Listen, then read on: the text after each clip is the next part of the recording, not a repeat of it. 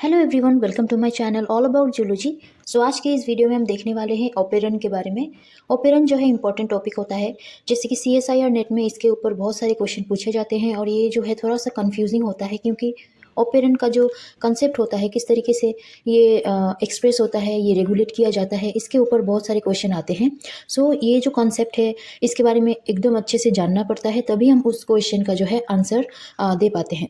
सो यहाँ पर हम बेसिक इस वीडियो में देखेंगे कि किस तरीके से ऑपेरन का क्या डेफिनेशन है, ये किस तरीके से जो है मतलब दिखाई देता है और इनका रेगुलेशन कैसा होता है, ये कितने टाइप के होते हैं। सो ये हम यहाँ पर देखने वाले हैं। सो यहाँ पर डेफिनेशन दिया गया है कि ऑपेरन क्या है। ये ग्रुप ऑफ जीन्स है जो एक साथ लोकेटेड रहते हैं डीएनए के स्ट्रैंड में। डीएनए के स्ट्रैंड में जो है ये ग्रुप ऑफ जीन्स प्रेजेंट रहते हैं और रेगुलेट करवाते हैं उसके ट्रांसक्रिप्शन को। सो यहाँ पर एक ऑपेरन के पास अपना क्या क्या होता है।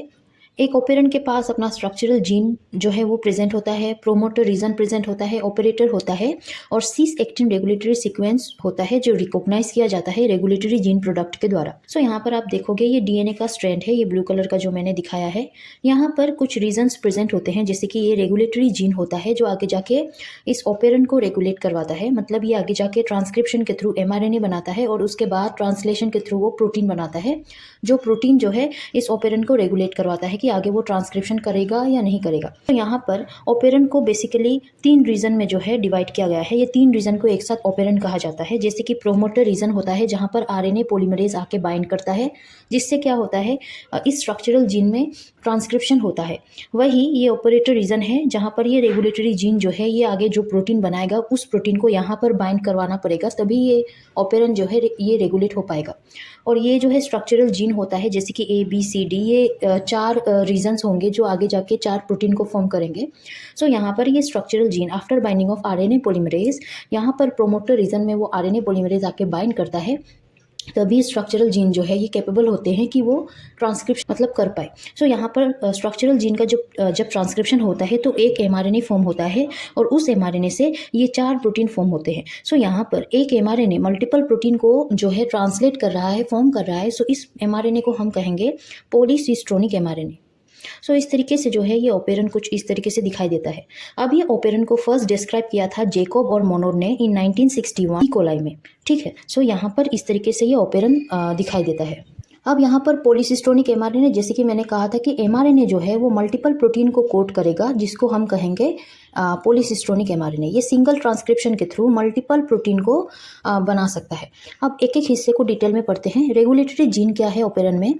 To control the operon by producing a protein that either prevent or allows transcription of the operon structural gene such as, कहा गया है कि ये जो रेगुलेटरी जीन होगा इनके पास अपना एक प्रोमोटर रीजन होता है।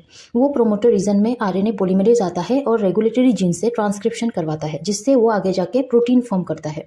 सो ये प्रोटीन जो है इधर उस ऑपेरन को प्रिवेंट करे ट्रांसक्रिप्शन होने से, मतलब रोके, या वो अलाउ करे ट्रांसक्रिप्शन को, ठीक है। उस प्रोटीन के ऊपर ये डिपेंड करता है। मतलब ये रेगुलेटरी जीन जो है ये रिप्रेसर प्रोटीन बना सकता है, नहीं तो एक्टिवेटर प्रोटीन बनाता है।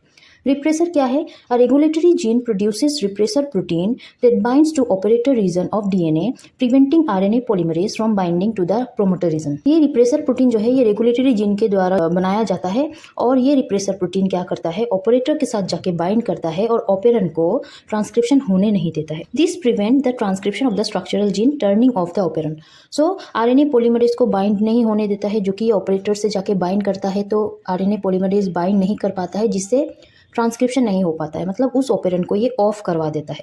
वही एक्टिवेटर क्या है? A regulatory gene produces an activator protein that binds to the DNA and increases transcription of the nearby gene. Activator protein जो है जब रेगुलेटरी जीन के द्वारा मतलब बनाया जाएगा तो वो क्या करेगा? उस डीएनए के साथ बाइंड करेगा, जिससे आरएनए पॉलीमरेज आके बाइंड जब करेगा उस प्रोमोटर के पास, तब जो ट्रांसक्रिप्शन का जो एफिनिटी है वो बढ़ जाएगा, ठीक है। वो इंक्रीज करवा देगा ट्रांसक्रिप्शन के एफिनिटी को, वो ज़्यादा अच्छे तरह से जो है ट्रांसक्रिप्शन हो पाएगा।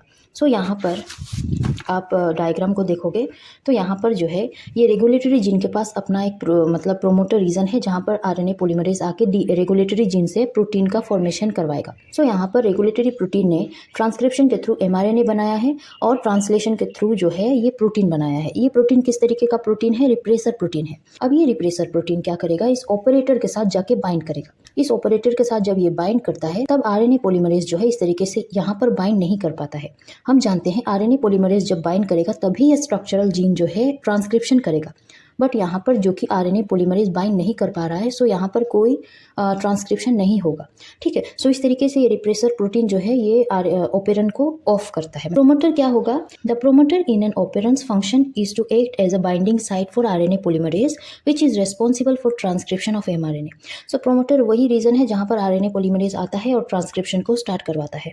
ऑपरेटर क्या है? The operator in an operon is a DNA sequence that act as a switch to control the transcription of genes in the operon. So as a switch यहाँ पर ये जो है ये फंक्शन करता है, क्योंकि रिप्रेसर प्रोटीन अगर इसके साथ बाइंड हुआ तो ये ऑफ हो जाएगा, अगर रिप्रेसर प्रोटीन बाइंड नहीं हुआ है तो ऑन रहेगा। सो एज अ स्विच ये काम करता है। स्ट्रक्चरल जीन क्या है? Code for protein and enzyme that are involve in the metabolic pathway. So structural gene वही है जिससे क्या होगा, आगे जाके ट्रांसक्रिप्शन होगा, ट्रांसलेशन के थ्रू प्रोटीन बनेगा जो मेटाबॉलिक पाथवे में हेल्प करेगा। सो यहाँ पर एक एक रीजन को हमने अच्छी तरीके से जो है पढ़ लिया है। अब हम देखते हैं ऑपेरन का टाइप। सो यहाँ पर ओपेरन जो है ये दो टाइप के होते हैं। एक होता है इंड्यूसिबल ओपेरन या इंड्यूसिबल सिस्टम आप बोल सकते हो, और दूसरा होता है रिप्रेसिबल ओपेरन या रिप्रेसिबल सिस्टम। सो इंड्यूसिबल नाम से पता चल रहा है कि ये इंड्यूसर इसमें जो है हेल्प करेगा, इस ओपेरन को स्टार्ट करवाएगा। सो यहाँ पर this type of operon is activated when an inducer is present. जो इंड्यूसर होगा जो आगे जाके इस ओपेरन को इंड्यूस करवाएगा, ट्रांसक्रिप्शन करवाएगा।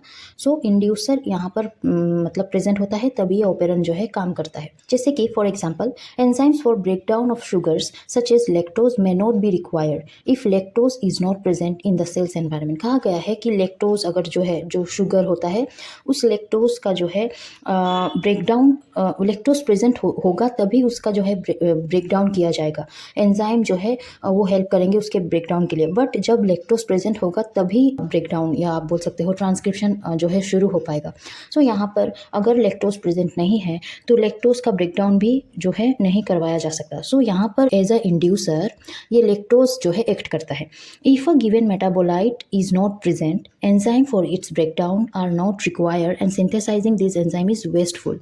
If the cell produces enzymes for the degradation of a particular compound only when this compound is present in the environment, the system is non-inducible system. So वही बातें कही गई है कि अगर इंड्यूसर प्रेजेंट है या आप बोल सकते हो यहाँ पर लैक्टोज अगर प्रेजेंट है सेल के एनवायरनमेंट में तभी ये ऑपेरन स्टार्ट होगा, इनका जो है ब्रेकडाउन करवाया जाएगा, एंजाइम बनाया जाएगा। सो इसको ही कहा जाता है इंड्यूसिबल सिस्टम। मतलब इंड्यूसर प्रेजेंट हो तभी ये ऑन होता है, तभी इनका ट्रांसक्रिप्शन शुरू होता है। The best studied inducible system in the catabolite degradation of disaccharide lactose in E coli and best example will be the lac operon in E coli. So यहाँ पर इतना बात जो बताया गया है, सिंपल फॉर एग्जांपल हम ले सकते हैं लेक ओपेरन को। लेक ओपेरन जब हम पढ़ेंगे तब हम उसमें पढ़ेंगे कि लैक्टोज अगर प्रेजेंट है तभी जो है वो एज ए इंड्यूसर उस ओपेरन को स्टार्ट करवाता है। ये एक कैटाबोलिक पाथवे होता है, डिग्रेडेशन करवाता है, मतलब किसी चीज़ को तोड़ना। ठीक है, सो ये जो लैक्टोज होगा उसको ब्रेक डाउन किया जाएगा और उससे जो है आगे जाके प्रोडक्ट फॉर्म होगा। अब यहाँ पर रिप्रेसिबल ओपेरन या रिप्रेसिबल सिस्टम के बारे में देखते हैं। This type of operon is found in anabolic pathway and active when the functional product और enzyme is normally present in the cell and need a repressor to stop the operon. यहाँ पर कहा गया है, जो कि हम लोगों ने इंड्यूसिबल सिस्टम में क्या देखा था कि वहाँ पर वो सेल एनवायरनमेंट जो है, सेल का जो एनवायरनमेंट है उसमें अगर प्रोडक्ट मतलब प्रेजेंट हो तभी ओपेरन स्टार्ट होता है। बट यहाँ पर क्या है, यहाँ पर जो प्रोडक्ट होगा या एंजाइम होगा वो नॉर्मली उस सेल में प्रेजेंट होता है। ठीक है, और उसे उस ओपेरन को स्टॉप करवाया जाता है उसके हेल्प से। ठीक है, वो जो प्रोडक्ट होगा उसके हेल्प से इस ओपेरन को स्टॉप करवाया जाएगा। वही इंड्यूसिबल सिस्टम में क्या था कि जो प्रोडक्ट होगा उससे उस ओपेरन को स्टार्ट करवाया जाएगा। अगर हम इंड्यूसिबल सिस्टम को देखें तो यहाँ पर क्या होता है, इंड्यूसिबल सिस्टम में पहले ओपेरन ऑफ होता है, तब इंड्यूसर आता है, तब उसको क्या करवाता है, ऑन करवाता है। मतलब इनिशियली वो ऑफ होगा, बाद में वो क्या होगा कि जब वो लैक्टोज प्रेजेंट होगा तब वो ऑन हो जाएगा, ठीक है। बट यहाँ पर क्या होता है, इनिशियली ये ऑन रहता है, ठीक है। इनिशियली प्रोडक्ट या एंजाइम उसमें नॉर्मली प्रेजेंट होते हैं, उससे क्या करवाया जाएगा, बाद में उसको ऑफ करवाया जाएगा। मतलब इनिशियली ये ऑन रहता है, बाद में इसको ऑफ किया जाता है। और इंड्यूसिबल में इनिशियली वो ऑफ रहता है, बाद में उसको ऑन किया जाता है। In the anabolic pathway such as tryptophan synthesis, यहाँ पर as an example tryptophan synthesis के बारे में कहा गया है। Enzyme are required for synthesis, but if the tryptophan already present in adequate quantity in the cell's environment, then the enzyme for tryptophan synthesis is not required। कहा गया है कि ट्रिप्टोफेन अगर उस सेल में एडिक्वेट अमाउंट में present है, ठीक है, सो ट्रिप्टोफेन का सिंथेसिस जो है वो रिक्वायर नहीं होता है, उसका सिंथेसिस नहीं करवाया जाता है। बाद में उसको एज अ रिप्रेसर यूज़ किया जाता है, जो उस ऑपेरन को क्या करवा पाए, ऑफ करवा पाए। Then a repressor needs to stop the operon. For example tryptophan operon in E coli. Important point दिया गया है, genes that encode enzymes involved in catabolic pathway often are expressed only in the presence of the substrate of the enzyme. Their expression is inducible, means this pathway usually off with inducer this pathway will turn on. वही बातें मैंने जैसे कि कहा था कि inducible system में पहले वो ऑफ रहता है, इंड्यूसर आता है, फिर उसको ऑन करता है। वही gene state encode enzyme involve in anabolic pathway usually are on. पहले से ये जो रिप्रेसिबल सिस्टम जो है, ऑपेरन जो है, ये पहले से ऑन रहता है, इसको क्या करवाया जाता है, बाद में ऑफ करवाया जाता है। In the presence of the end product of the pathway their expression is repressible, means a repressor will turn off this pathway. So यहाँ पर यही बातें कही गई है। आई होप आपको समझ आया होगा। सो ये अपना अपना एक पाथवे होता है। लेक ओपेरन अलग से पढ़ना होता है, ट्रिप्टोफेन ओपेरन अलग से पढ़ना होता है। सो इसके नेक्स्ट वीडियो में मैं लेक ओपेरन के बारे में बताऊंगी, उसके बाद ट्रिप्टोफेन ओपेरन के बारे में पढ़ेंगे। आई होप आज का वीडियो आपको समझ आया हो अबाउट ओपेरन, उनका टाइप, वो कैसे जो है दिखाई देते हैं, उनका स्ट्रक्चर कैसा होता है। सो आई होप आपको समझ आया होगा। अगर समझ आया हो और अच्छा लगा हो तो इस वीडियो को लाइक कीजिए, मेरे चैनल को सब्सक्राइब करना प्लीज़ मत भूलिएगा। टिल दिन पढ़ते रहिए। Take care and bye bye.